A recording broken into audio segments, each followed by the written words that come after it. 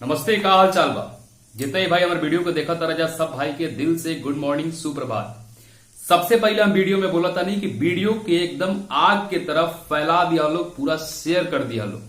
Thumbnail पर देख लो बोलो, हम लिखले बनी कि इस वीडियो से बहुत लोगों की क्यों जल रही है।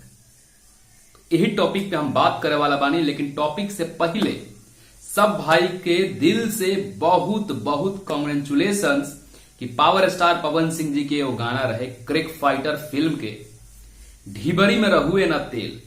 वो गाना वीडियो सॉन्ग 100 मिलियन क्लब में शामिल हो गए। स्क्रीनशॉट हमारे डिस्प्ले पे देख सका तारा, 100 मिलियन पूरा हो गए लो गाना के, जरा के लिखले रहन हमारे बड़े भैया जाहिद अख्तर जी और गईले रहन पावर स्टार पवन सिंह।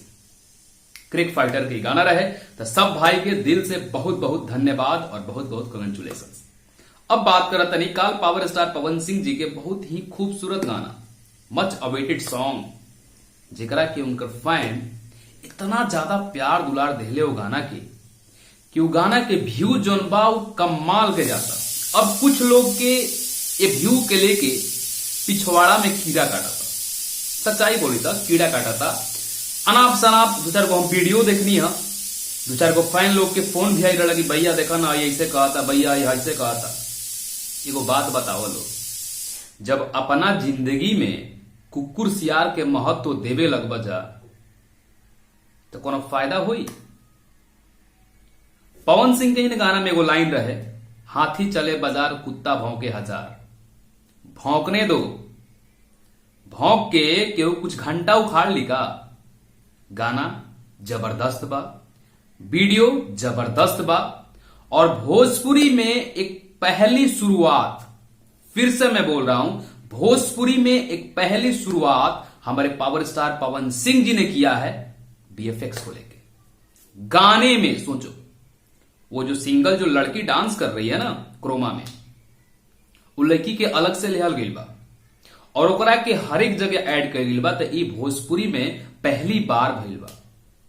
तो मर्दे तू लोग खुश होकर लो, एंजॉय कर लो गाना के। इन्हें बैक टू बैक गाना होता, देखा एगो परसों आई, काल आई, आज आई और काल भी आवेला बा। अभी एंजॉय कर लो, पूरा झूमा लो।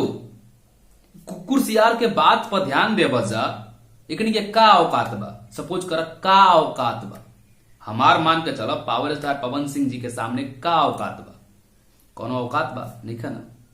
लेकिन तो हम लोग से हम दिल से कनेक्टेड बानी। पावर स्टार पवन सिंह जी के हर एक अपडेट अपना हम चैनल पे देनी, तब ना तू लोग हमके जानता रह।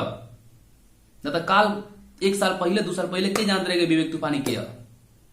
तो कुकुर सियार के भौंके द, भौंकला से घंटा फर्क ना पड़े वाला बा। तू ही लोग मर्दे समझदार होके ना समझ लेकर बात करे ला जा। गाना पर फोकस कर लो, गाना के ज्यादा ज्यादा शेयर कर लो, प्यार कर लो और एंजॉय कर लो। इकनी के भौंकला से कुछ घंटा निकल उखड़ेला। आ रहल बात ऐड लगावे के, तो का बॉलीवुड सॉन्ग साउथ के सॉन्ग में ऐड लगेला तो ओकर नाम नहीं खे। अरे ओकरो कंपनियों सोचे लगे भाई पावर रहे के चाहिए ना उतना। सही बोलता नहीं ना। तब ई झंझट छोड़ा लो, गाना पर ध्यान डालो और हंसा लो, मुस्कुरा लो और गाना के साथ एंजॉय करो। ठीक बा, वीडियो को शेयर लगा दिया लो ज्यादा से ज्यादा, ताकि वीडियो सब हमारे भाई के पास जा सके। ठीक बा, चलो मिलते हैं नेक्स्ट वीडियो में। तब तक अपने भाई की इजाजत। जय हिंद, वंदे मातरम, हर हर महादेव दोस्तों।